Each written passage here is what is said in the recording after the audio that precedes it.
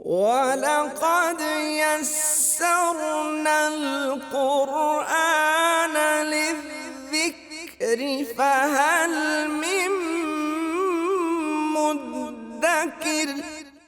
السلام علیکم ورحمۃ اللہ وبرکاتہ۔ الحمد للہ وکفیٰ وسلام علی عبادہ الذین اصطفیٰ۔ اشہد ان لا الہ الا اللہ وحدہ لا شریک لہ واشہد ان محمدا عبدہ ورسولہ صلی اللہ علیہ وآلہ وسلم۔ اللہم صلی علی محمد وعلی آل محمد کما صلیت علی ابراہیم وعلی آل ابراہیم انک حمید مجید۔ اللہم بارک علی محمد وعلی آل محمد کما بارکت علی ابراہیم وعلی آل ابراہیم انک حمید مجید۔ اما بعد فاعوذ باللہ السمیع العلیم من الشیطان الرجیم من ہمزہ ونفخہ ونفثہ۔ بسم اللہ الرحمن الرحیم۔ کبر مقتا عند اللہ ان تقولوا ما لا تفعلون۔ بہت بڑی ناراضگی کی بات ہے اللہ کے نزدیک یہ کہ تم وہ کچھ کہو جو تم کرتے نہیں۔ آیت نمبر 3 سورۃ الصف، یہاں سے آج کے سبق کا آغاز اللہ کی توفیق سے ہو رہا ہے۔ اور سورہ صف کے بارے میں نے عرض کیا تھا کہ اس کا بنیادی موضوع جو ہے وہ تو جہاد فی سبیل اللہ ہے، بلکہ جس کو جہاد کا بھی وہ سب سے اعلیٰ درجہ جو قتال کا ہے وہ اس کے اندر اس کا مضمون بیان ہوا ہے۔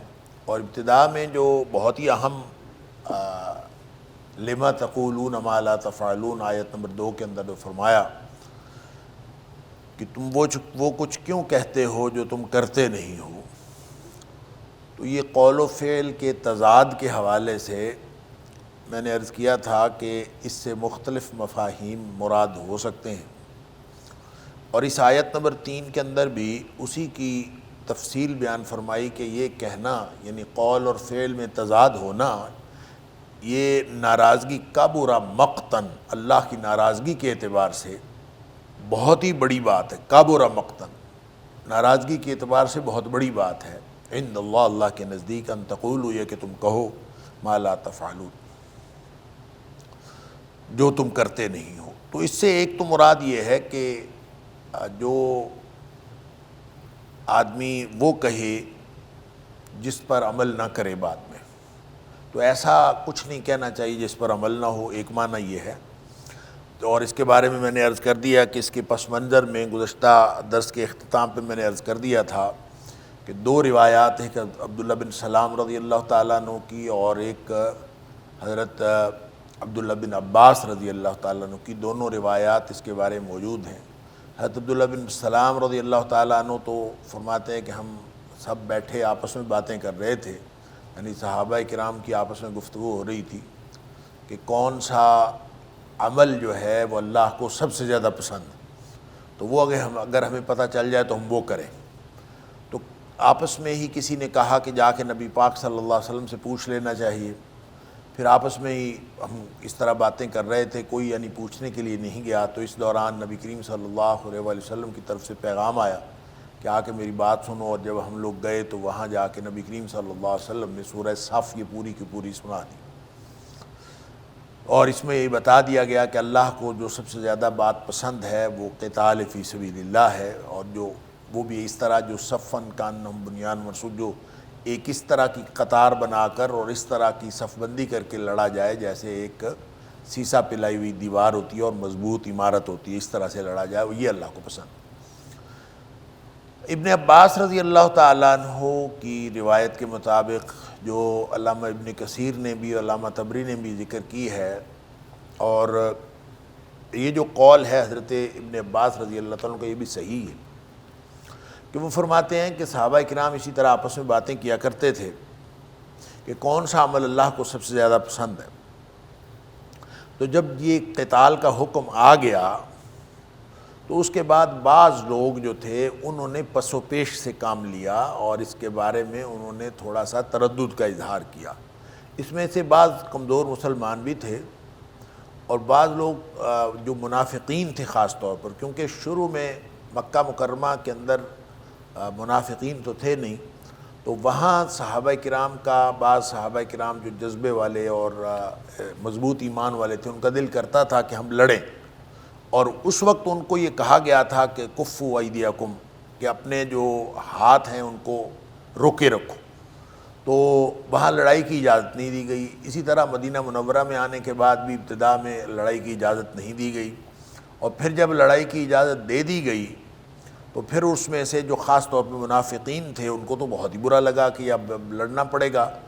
اور یہ بات میں نے کئی دفعہ عرض کی ہے کہ جہاد وہ موقع ہے کہ جس پر منافقین جو ہیں وہ ہمیشہ ایکسپوز ہو جاتے ہیں، کیونکہ لڑنا اللہ کے راستے میں، اپنی جان پیش کر دینا، یہ کوئی آسان کام نہیں ہے، اور جن کے دلوں میں مضبوط ایمان نہ ہو وہ یہ کام کر نہیں سکتے، اس لیے منافقین جو ہیں اس موقع پر ایکسپوز ہو جاتے ہیں۔ اسی طرح سے داخلی طور پر جو عدل کا قیام ہے، اگر عدل کو اکراس دی بورڈ قائم کیا جائے اور کسی کو نہ دیکھا جائے کون اس کے اندر رگڑا جا رہا ہے اور کس کو فائدہ ہو رہا ہے کس کو نقصان ہو رہا ہے، ایسا عدل اگر داخلی طور پر قائم کریں تو ریاست داخلی طور پر مستحکم ہوتی ہے عدل سے، اور خارجی طور پر مستحکم ہوتی ہے جہاد سے۔ تو دونوں مواقع ایسے ہیں جس پر منافقین ایکسپوز ہو جاتے ہیں۔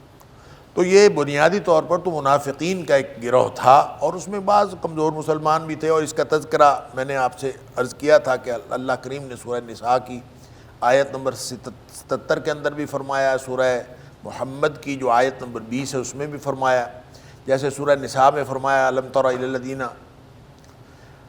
قیل لہم کفوا ایدیکم، کیا تم نے وہ لوگ نہیں دیکھے جن کو کہا گیا تھا کہ اپنے ہاتھ جو ہے وہ روکے رکھو، واقیموا الصلاۃ وآتوا الزکاۃ، بس نمازیں پڑھتے رہو، زکوٰۃ دیتے رہو، ابھی لڑنا نہیں ہے۔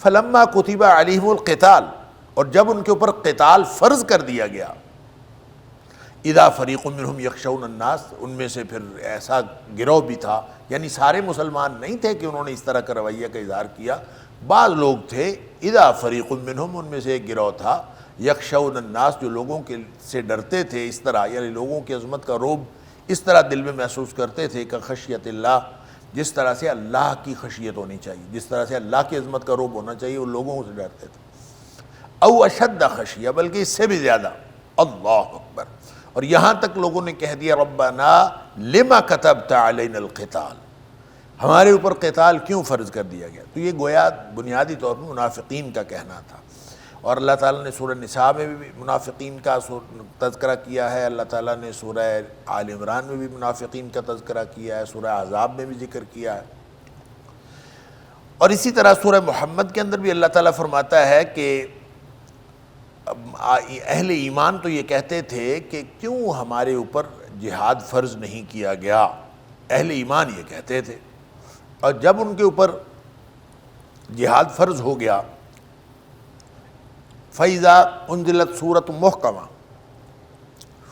سیدھا سیدھا حکم نازل ہو گیا، وَذُكِرَ فِيهَا الْقِتَالُ، اور اس کے اندر قتال کا تذکرہ ہو گیا کہ لڑنا ہے، رَأَيْتَ الَّذِينَ فِي قُلُوبِهِم مَرَضٌ، وہ لوگ جن کے دلوں میں بیماری ہے، اور جن لوگوں کے دلوں میں بیماری ہے کون ہے؟ یہ منافقین ہیں۔ لہذا قرآن نے واضح فرما دیا کہ یہ جو جہاد سے پس و پیش کرنے والے یہ ایمان والے مسلمان نہیں تھے، بلکہ یہ بنیادی طور پر منافقین تھے جو بظاہر اپنے آپ کو مسلمان کہتے تھے۔ فرمایا کہ جن کے دلوں میں مرض ہے، ينظرون الیک نظر المغشی علیہ من الموت، جس طرح موت کی غشی طاری ہو رہی ہوتی ہے، اس طرح لوگ جو ہیں وہ آپ کی طرف دیکھتے ہیں اس ڈر سے کہ اب لڑنا پڑے گا۔ تو یہ منافقین کی صورتحال تھی جس کو بتایا گیا۔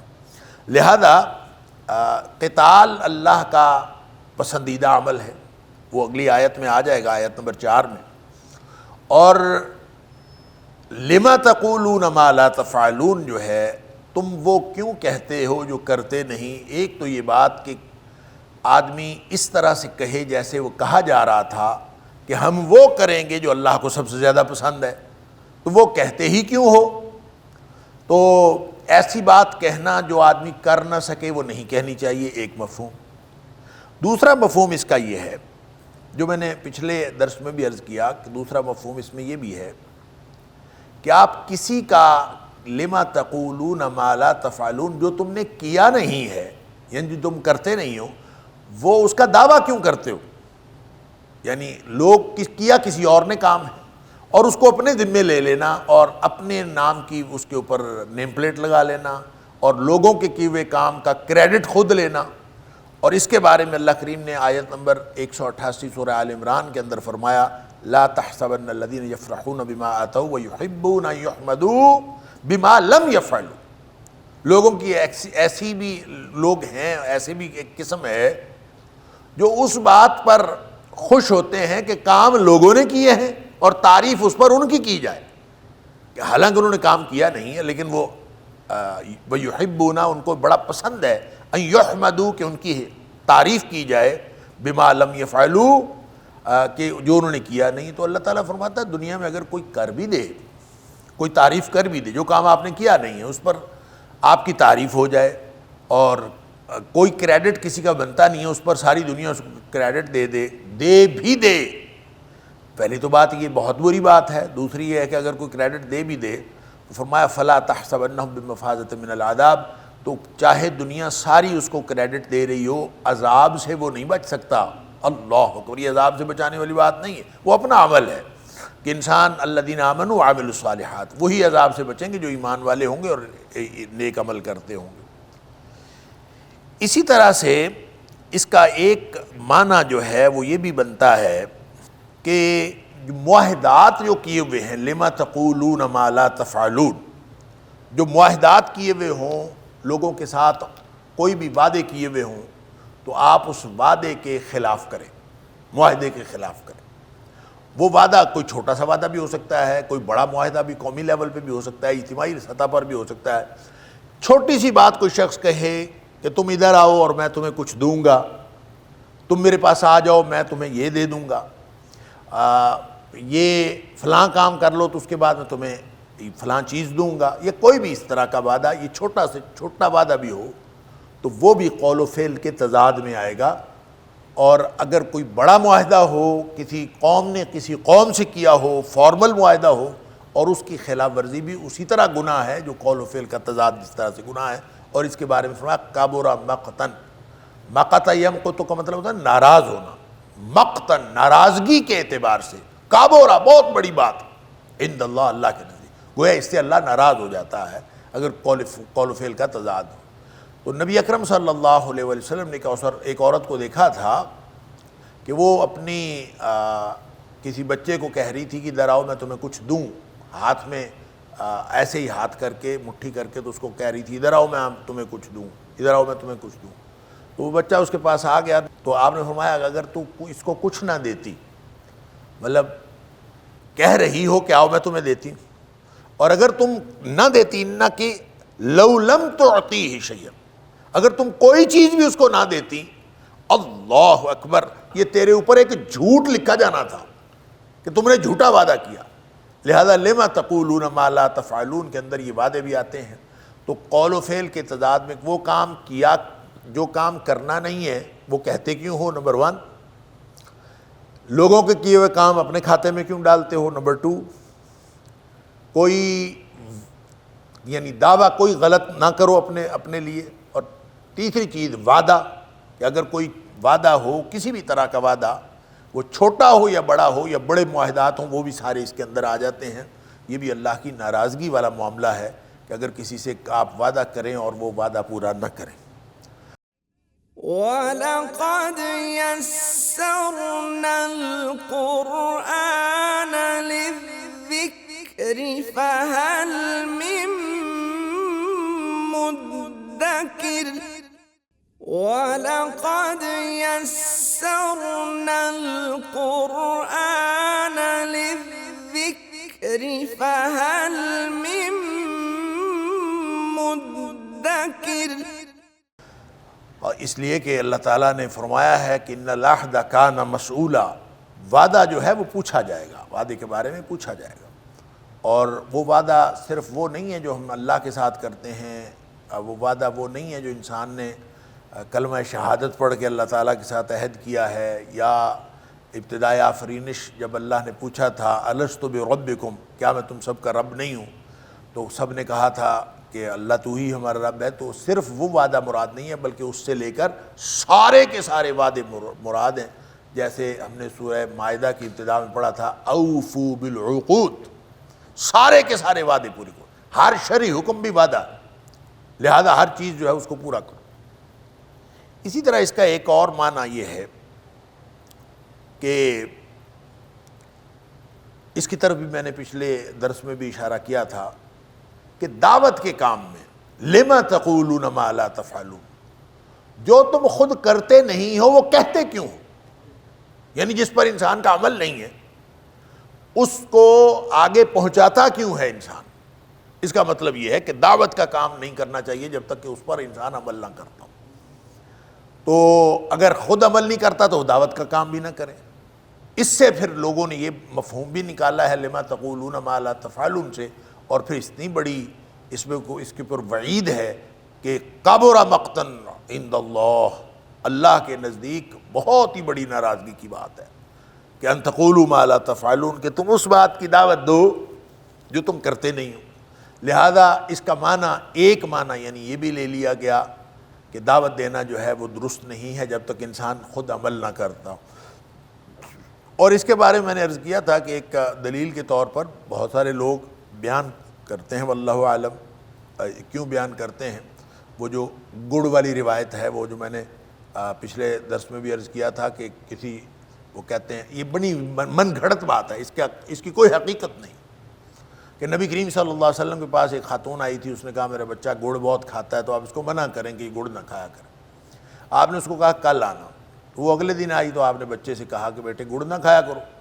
تو اس نے کہا کہ خاتون نے کہ حضرت آپ یہ کل ہی فرما دیتے، آپ نے آج جو فرمایا. تو آپ نے فرمایا کل میں نے گڑ کھایا ہوا تھا تو میں اس کو کیسے منع کرتا. تو لما تقولون ما لا تفعلون کی دلیل کہ جو خود جس پر عمل نہیں ہے وہ پہنچاؤ بھی نہ، آگے کسی کو کہو بھی نہ، اس کی دلیل کے طور پر یہ گڑ والی حدیث اللہ تعالیٰ معاف فرمائے یہ حدیث نہیں ہے. اور ایسی کوئی بات دیکھیں، عمل کرنا الگ فرض ہے اور دعوت دینا الگ فرض ہے، دونوں الگ الگ فرض ہیں. اور جو شخص دعوت کا کام کر رہا ہے اور خود عمل نہیں کر رہا، یہ تو ایک بہت ہی خوفناک صورتحال ہے. اور اس صورتحال میں نبی کریم صلی اللہ علیہ وسلم کی طرف سے اور قرآن میں بھی آگے سورہ جمعہ کے اندر بھی ہے کہ مثل الذین حملوا التوراۃ ثم لم يحملوها، یعنی وہ یہود جن کو تورات دی گئی پھر انہوں نے اس کے اوپر عمل نہیں کیا، تو کمثل الحمار یحمل اسفارا، وہ تو ایسے ہے جیسے گدھے کے اوپر کتابیں لادی ہوئی ہیں، وہ عمل نہیں کرتا، علم ہے اس کے پاس اور علم کے اوپر وہ عمل نہیں کرتا. تو اصل چیز جو ہے علم ہوتا ہی وہ ہے جس پر عمل کیا جائے.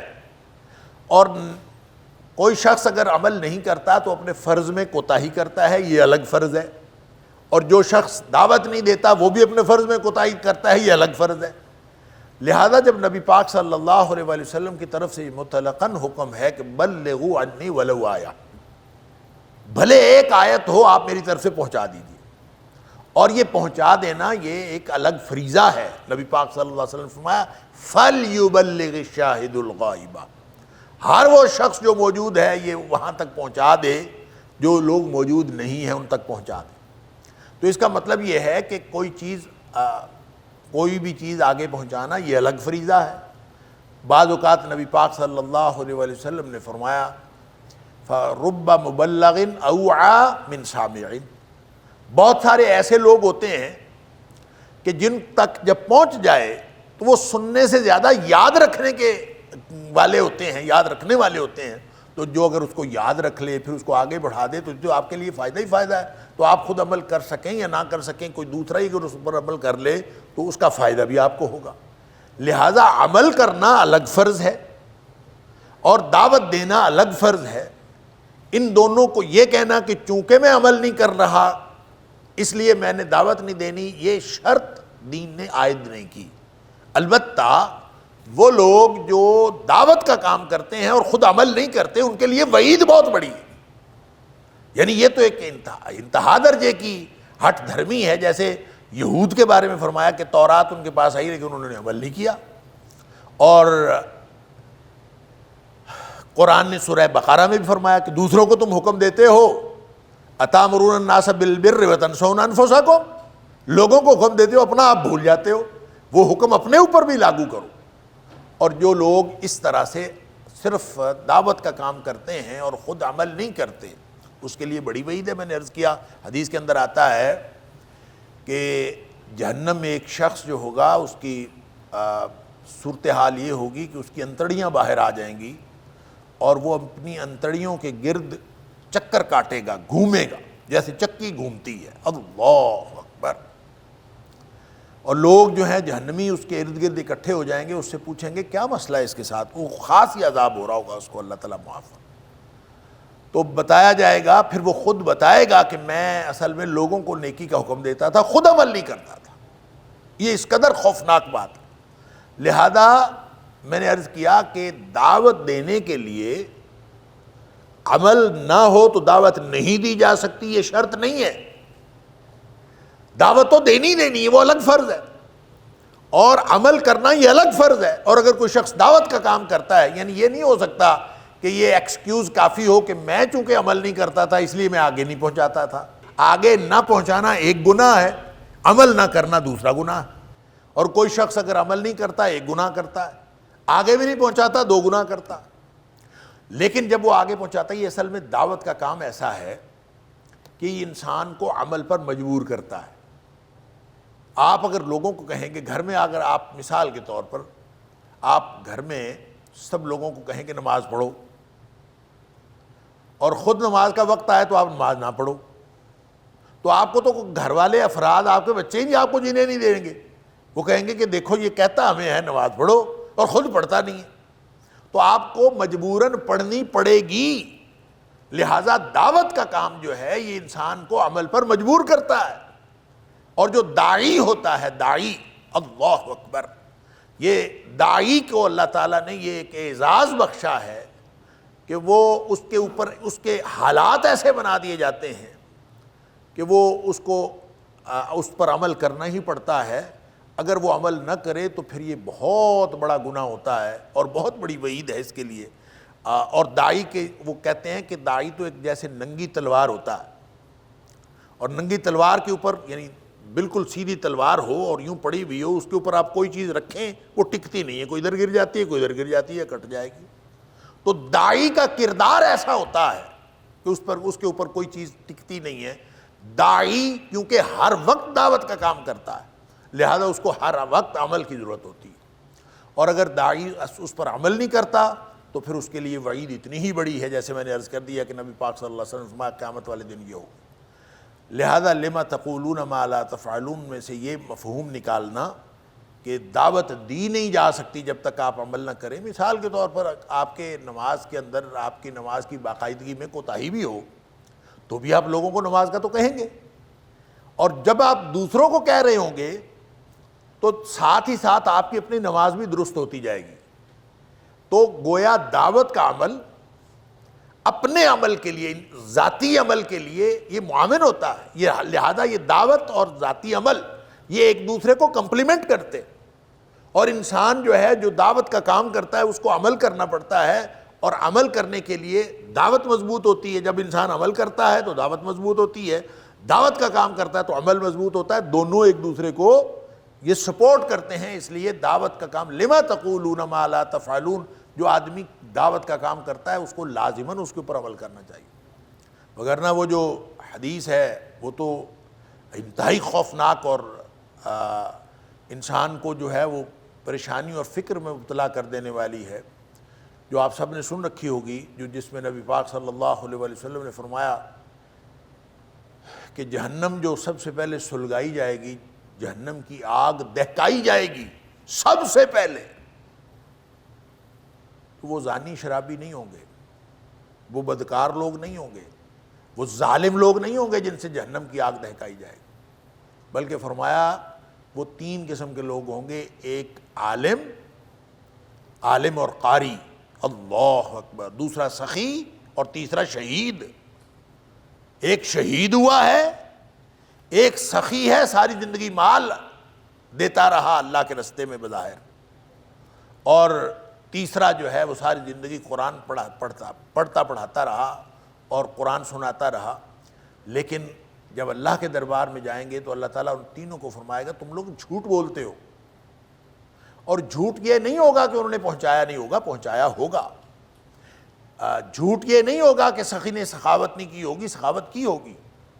جھوٹ یہ نہیں ہوگا کہ شہید واقعتاً شہید نہیں ہوا، شہید ہوا ہوگا، لیکن وہ اللہ کے لیے شہید نہیں ہوا، مقصد اور تھا۔ ایک کا مقصد تھا کہ میری شہرت ہو جائے اور لوگ کہیں کہ بڑا قاری ہے، بڑا عالم ہے، فقد قیل، وہ کہہ دیا گیا، مقصد پورا ہو گیا، اور آخرت میں معاملہ ختم۔ استغفر اللہ العلی العظیم۔ اور یہ حدیث سناتے ہوئے حضرت ابو ہریرہ رضی اللہ تعالیٰ عنہ 3 دفعہ بے ہوش ہوئے، 3 دفعہ بے ہوش ہوئے۔ سنانا شروع کرتے تھے بے ہوش ہو جاتے، پھر کچھ دیر بعد ہوش آتا، پھر شروع کرتے، پھر سنانا شروع کرتے، پھر بے ہوش ہو جاتے۔ اللہ اکبر، 3 دفعہ بے ہوش ہوئے، پھر ہوش آیا، پھر مکمل کی حدیث۔ اس قدر خوفناک، اللہ تعالیٰ ہم سب کو محفوظ رکھے۔ لہذا عمل تو کرنا ہے انشاءاللہ، اور خالص اللہ کے لیے کرنا ہے، کوئی اس کے اندر میل کچیل نہ ہو، اخلاص پیدا کر کے نبی پاک صلی اللہ علیہ وسلم کی سنت کے مطابق۔ تو لما تقولون ما لا تفعلون کبر مقتا عند اللہ ان تقولوا ما لا تفعلون، ناراضگی کے اعتبار سے بہت ہی بڑی بات ہے، یعنی بہت بڑی ناراضگی ہے عند اللہ، اللہ کے نزدیک، ان تقولوا، کہ تم یہ وہ بات کہو ما لا تفعلون جو تم کرتے نہیں ہو۔ ان اللہ یحب الذین یقاتلون فی سبیلہ صفا کأنہم بنیان مرصوص، بے شک اللہ تعالیٰ ان لوگوں کو پسند کرتا ہے، یحب الذین، پسند کرتا ہے، پیار کرتا ہے، اللہ تعالیٰ محبت کرتا ہے ان لوگوں سے، یقاتلون فی سبیلہ، جو لڑتے ہیں اللہ کے رستے میں، صفاً، صف بستہ ہو کر، قطار بنا کر، ساتھ ساتھ مل کر، جڑ کر۔ اور کیسے جڑ کر؟ اللہ، ایسے نہیں جڑ کر کے درمیان میں فاصلہ ہو، کأنہم بنیان مرصوص، تشبیہ دی، کأنہم، گویا کہ وہ ایسا ہے کہ جیسے وہ بنیان مرصوص، بنیان کہتے ہیں عمارت کو، عمارت کہہ لیں یا دیوار کہہ لیں، جب صف کہتے ہیں تو صف میں پھر ایسی کوئی عمارت ہے جو صف کی طرح ہے، یعنی سیدھی قطار کہہ لیجیے۔ مرصوص، رصہ یا رسو سے، مرصوص، اجزاء کا باہم اس طرح مل جانا اور متصل ہو جانا، رصہ یا رسو کہتے ہیں، اجزاء کا اس طرح سے آپس میں مل جانا کہ وہ ایک دوسرے کے اندر یوں متصل ہوں کہ مدغم ہو جائیں، باہم مل جائیں، تو مرصوص وہ ہوگا۔ ایک تو صفن ہو، بلکہ آیت کے شروع سے لے لیجئے تو آپ کو شرائط ساری پتہ چل جائیں گے۔ سب سے پہلی بات، ان اللہ یحب الذین، اللہ ان کو پسند کرتا ہے، اللہ تعالیٰ محبت ان سے کرتا ہے۔ کون؟ یقاتلون فی سبیلہ، جو لڑتے ہیں، ہر لڑنے والے کو پسند نہیں اللہ تعالیٰ کرتا، یقاتلون فی سبیلہ، اعلاء کلمت اللہ کے لیے جو لڑتے ہیں، جو فساد پھیلانے کے والے کسی اور اپنے دنیاوی مقصد کے لیے لڑتے ہیں، وہ نہیں۔ اللہ اکبر، اللہ کو وہ پسند ہے جو اللہ کے لیے لڑتے ہیں، فی سبیلہ، اس کے راستے میں لڑتے ہیں۔ اللہ، اور یہ اتنا بڑا اعزاز ہے اللہ کے راستے میں لڑنا کہ اس کے بعد نتیجے کی پرواہ بھی نہیں رہتی، کہ نتیجہ جو بھی نکلے۔ اور سورہ نساء میں ہم پڑھ آئے ہیں کہ اللہ تعالیٰ نے فرمایا من یقاتل فی سبیل اللہ، جو لڑا اللہ کے لیے ہو، اس کو انشور کر لیں کہ اللہ کے لیے ہے۔ آپ اللہ کے لیے ٹکرا رہے ہیں، پھر بات ٹھیک ہے، پھر کوئی مسئلہ ہی نہیں۔ فیقتل او یغلب، جو قتل کر دیا جائے یا پھر غالب آ جائے، غالب آ جانا یا پھر خود مر جانا، وہاں کٹ جانا۔ اللہ تعالیٰ فرماتا ہے ان دونوں سے کوئی فرق ہی نہیں پڑتا، اگر لڑا اللہ کے لیے ہے فسوف نؤتیہ اجرا عظیما، تو بھلے وہ قتل ہو جائے، مار دیا جائے، بھلے غالب آ جائے، دونوں میں سے جو نتیجہ بھی نکلے، ہم اس کو فسوف نؤتیہ اجرا عظیما، ہم اس کو ان قریب بہت بڑا اجر عطا کر دیں گے۔ لہذا ایک تو شرط یہ ہو گئی کہ اللہ کے لیے ہو اور لڑ رہا ہو اور اللہ کے لیے لڑ رہا ہو، صفاً۔ وَلَقَدْ يَسَّرْنَا الْقُرْآنَ لِلذِّكْرِ فَهَلْ مِن مدكر وَلَقَدْ يَسَّرْنَا الْقُرْآنَ لِلذِّكْرِ فَهَلْ مِن مُدَّكِرٍ۔ اور تیسری بات یہ ہے کہ صفاً لڑائی اپنی اپنی انفرادی نہ ہو، گروپ بندی کر کے لڑائی نہ جاری ہو، بلکہ صفاً سب لوگ اکٹھے ہوں اور ایک صف بندی کر کے صف بستہ ہو کر سارے لوگ مل کر لڑیں۔ جب ساری ملت، ساری قوم، ساری امت اکٹھی ہوگی تو اس پر پھر اللہ کی رحمت نازل ہوتی ہے۔ اور اللہ تعالیٰ جو ہے ید اللہ علی الجماع، جہاں مسلمانوں کا اجتماع ہوتا ہے اور مسلمانوں کی جماعت اکٹھی ہوتی ہے، مسلمان جڑے ہوئے ہوتے ہیں، ایک لڑی میں پروئے ہوتے ہیں، تو ان کے اوپر اللہ کا ہاتھ ہوتا ہے۔ لہذا فرمایا کہ وہ صف بستہ ہو کے لڑیں اور کأنہم بنیان مرصوص، اس طرح سے لڑیں کہ جیسے وہ ان کا باہمی طور پر کوئی فرق ان میں نہ ہو، ایک دوسرے کے ساتھ مدغم ہو چکے اجزاء کی طرح ایک بنی ہوئی دیوار یا بنی ہوئی عمارت ہے، اس طرح سے جس کو چوننا گچ کہہ لیں، سیسا پلائی ہوئی دیوار ہم کہتے ہیں۔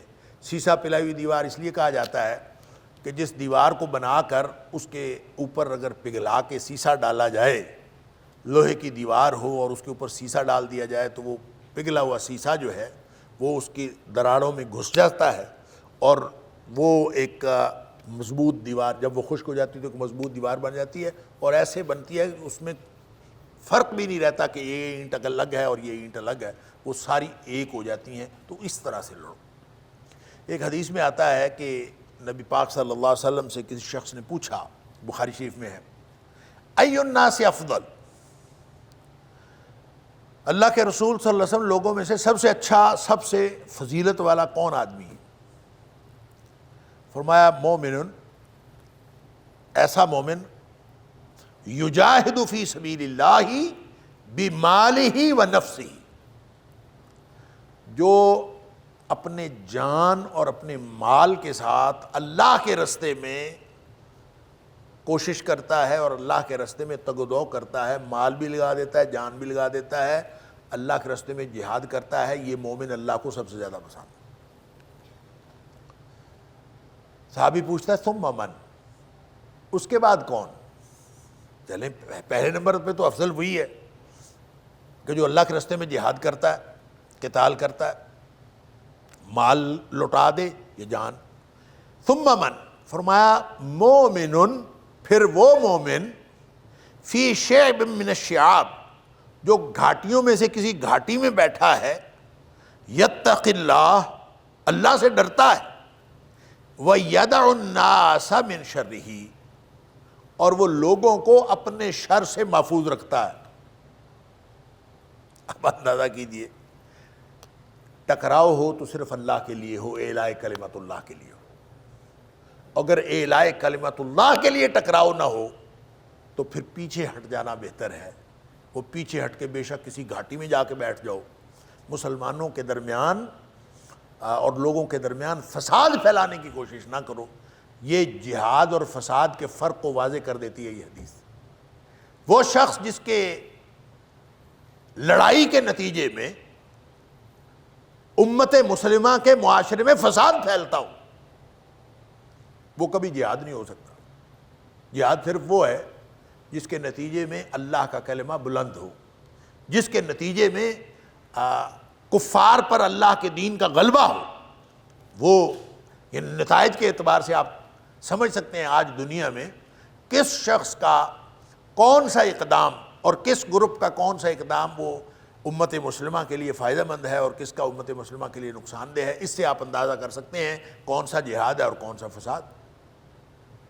فرمایا ادروائز پھر اس کو یہ چاہیے مومنن، وہ مومن جو کسی شیب من الشعاب، فی شیب من الشعاب، جو گھاٹیوں میں سے کسی گھاٹی میں جا کے چھپ کے بیٹھ جائے، یتق اللہ، پھر وہاں بیٹھ کے اللہ سے ڈرے، اور وہاں بیٹھ کے یعنی پیسو ہو کے بیٹھ جائے، اپنے محلے میں بیٹھ جائے، کسی جگہ بھی بیٹھ جائے لیکن پیسو ہو جائے، پھر وہ پیسو ہو کر ایسا طرز عمل اختیار کرے جس سے اللہ کی ناراضگی سے بچا جا سکتا ہے اور اللہ کی رضامندی حاصل کی جا سکتی ہے. یہ معنی ہے یتق اللہ.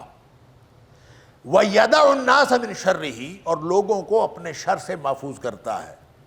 یعنی پھر اگر وہ ایکٹیویٹی دکھائے گا نا ایسی، تو معاشرے کے اندر اگر فساد پھیلتا تو پیچھے ہٹ جانا بہتر ہے. اعلاء کلمت اللہ، اس کے علاوہ اور کوئی رستہ نہیں.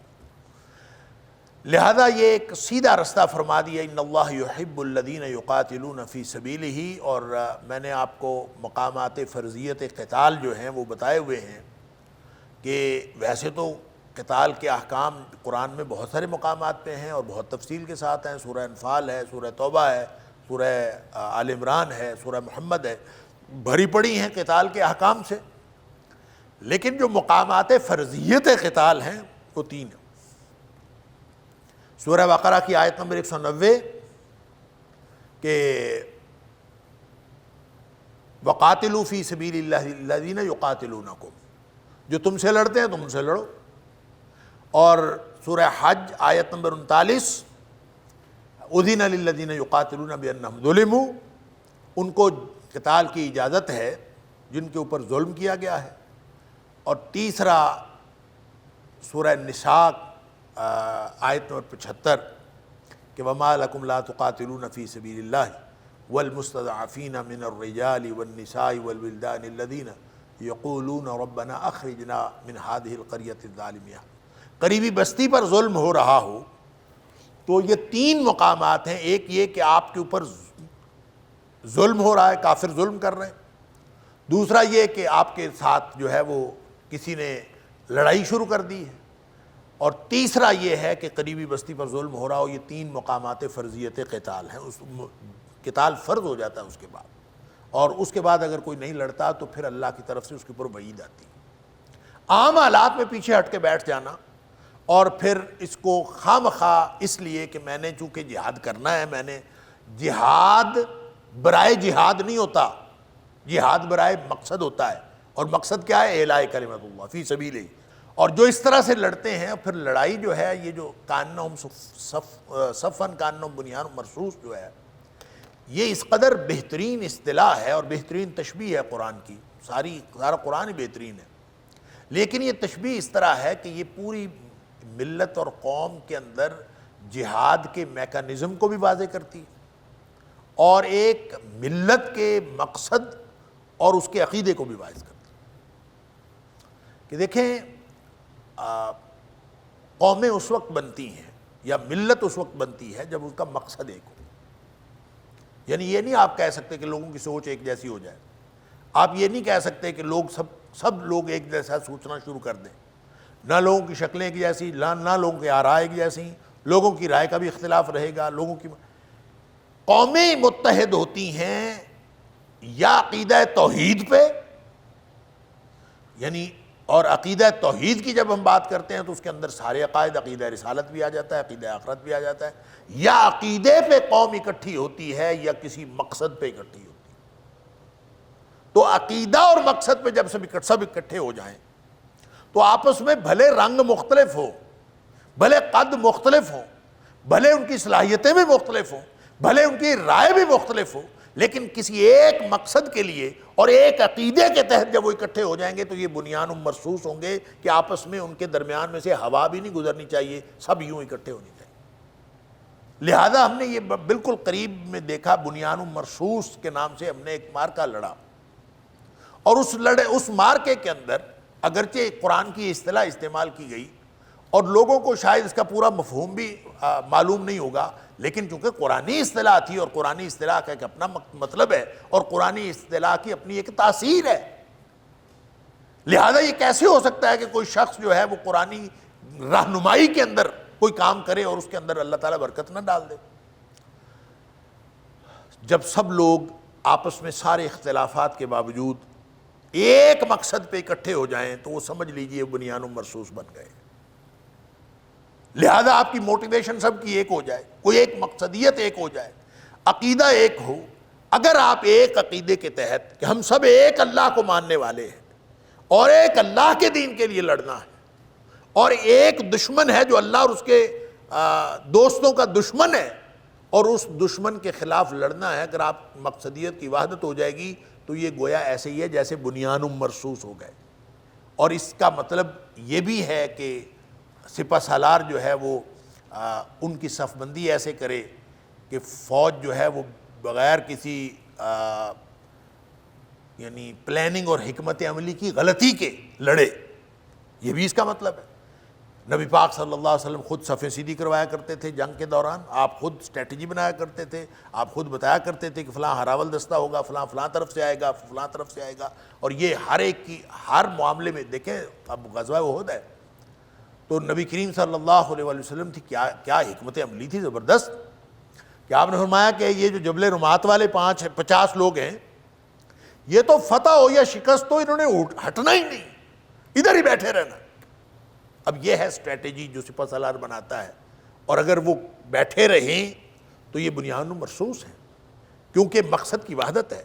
اب اگر بھلے لڑائی ختم ہو گئی ہے, بھلے جو مرضی ہو گیا ہے, لیکن وہاں سے جو ہلے غلطی کی, اسٹریٹجی کے خلاف ہے, بنیان مرصوص کے خلاف ہے, اور ہٹے تو اسی وقت وہاں پہ ہلچل مچ گئی.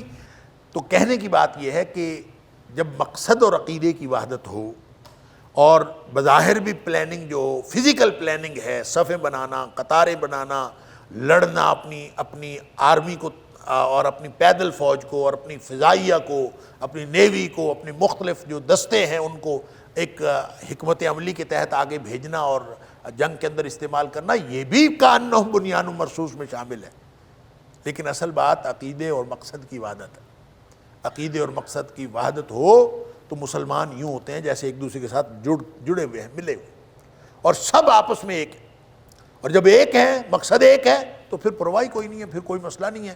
صحابہ کرام جو ہیں وہ جب لڑتے تھے تو پھر وہ اس قدر بے جگری سے لڑتے تھے, ان کو پھر یہ مسئلہ نہیں ہوتا تھا کہ اب فلاں جگہ جو ہے وہ زیادہ تیر چل رہے ہیں, زیادہ نیزے چل رہے ہیں, فلاں جگہ جنگ کی زیادہ شدت ہے, ہم وہاں نہ جائیں. بلکہ ان کے دل میں ہوتا تھا کہ جہاں جنگ کی شدت ہے وہاں جائیں. اللہ اکبر, شہادت ہے مطلوب و مقصود مومن, نہ مال غنیمت نہ کشور کشائی. ان کو پتا تھا کہ جتنی دلیری اور جتنی بہادری دکھائیں گے اس کا فائدہ ہوگا. تو اللہ ان سے پیار کرتا ہے. تو سوال کیا تھا, خیال کیا تھا کہ اللہ کو جو سب سے زیادہ کام پسند ہے ہم وہ کریں. اللہ نے بتا دیا مجھے تو پھر یہ کام سب سے زیادہ پسند ہے. ان اللہ یحب الذین یقاتلون فی سبیلہ صفا کانہم بنیان مرصوص. اللہ کے رستے میں. اور یہ ظاہر ہے کہ یہ جو تینوں مقامات فرضیت قتال ہیں ان کو سامنے رکھیں تو اس کا مطلب یہ ہے کہ ہر موقع قتال کا موقع نہیں ہوتا اور ہر وقت قتال کا وقت نہیں ہوتا. باقی اوقات جو ہیں وہ سورہ حج کے اندر ہم پڑھ آئے ہیں, جو قتال سے نیچے کا سارا جہاد ہے, اپنے نفس سے لے کر اپنے ایک پورا اللہ کے دین کا نظام قائم کرنے تک, یہ سارا جہاد جس میں نمازیں بھی ہیں, جس میں نظام صلاۃ بھی ہے, جس میں نظام زکوٰۃ بھی ہے, سارا پورا کرنا یہ الگ سے فرض ہے. اس کے اوپر پوری تفصیل سے بحث ہم کرائے سورہ حج کے آخری رکوع میں جب ہم بات کی تھی, جہاں ہے وجاہدوا فی اللہ حق جہادہ, کہ اللہ کے رستے میں جہاد کا حق ادا کرو. تو یہ قتال کی صورت کبھی کبھی پیدا ہوتی ہے. اور کب پیدا ہوتی ہے؟ جب ان 3 صورتوں میں سے کوئی ایک صورت ہو, کفار آپ کے اوپر حملہ آور ہو جائیں, یا پھر قریبی بستی پر ظلم ہو رہا ہو, یا پھر کوئی کفار آپ کے اوپر کوئی ظلم و ستم جاری رکھے ہوئے ہوں. ایسی 3 صورتوں میں سے کوئی ایک صورت ہو تو قتال فرض ہو جاتا ہے. اور پھر قتال کا حکم جو ہے وہ ریاست دیتی ہے, اور پھر قوم ساری اکٹھی ہو کے ایک مقصد اور عقیدے کی وحدت کے ساتھ لڑتی ہے. تو وہ ہے جہاد جو اللہ کو پسند ہے. البتہ جتھا بندی کر کے ایک دوسرے کے ساتھ خود ہی لڑنا شروع ہو جانا, اور ایک دوسرے کو غلط قرار دے کے کہ تم چونکہ گستاخ ہو لہذا تمہارے ساتھ لڑنا جو ہے وہ فرض ہو گیا, دوسرا پہلے کے اوپر فتویٰ لگا دے, پہلا دوسرے کے اوپر فتویٰ لگا دے, دونوں مل کے تیسرے پہ فتویٰ لگا دیں, تیسرا چوتھے پہ لگا دے, یہ آپس میں لڑنا سوائے فساد کے اور کچھ نہیں ہوتا. جو قتال ہوتا ہے, جو فی سبیل اللہ ہوتا ہے, وہ کانہم صفا کانہم بنیان مرصوص ہوتا ہے. اور وہ اس طرح سے صف بندی کر کے لڑنا کہ وہ سیسا پلائی ہوئی دیوار ہیں اور اللہ کے رستے میں لڑ رہے ہوں, تو پھر یہ ٹھیک ہے. ان هذا القرآن يهدي للتي هي اقوم ويبشر المؤمنين الذين يعملون الصالحات ان لهم أجرا كبيرا.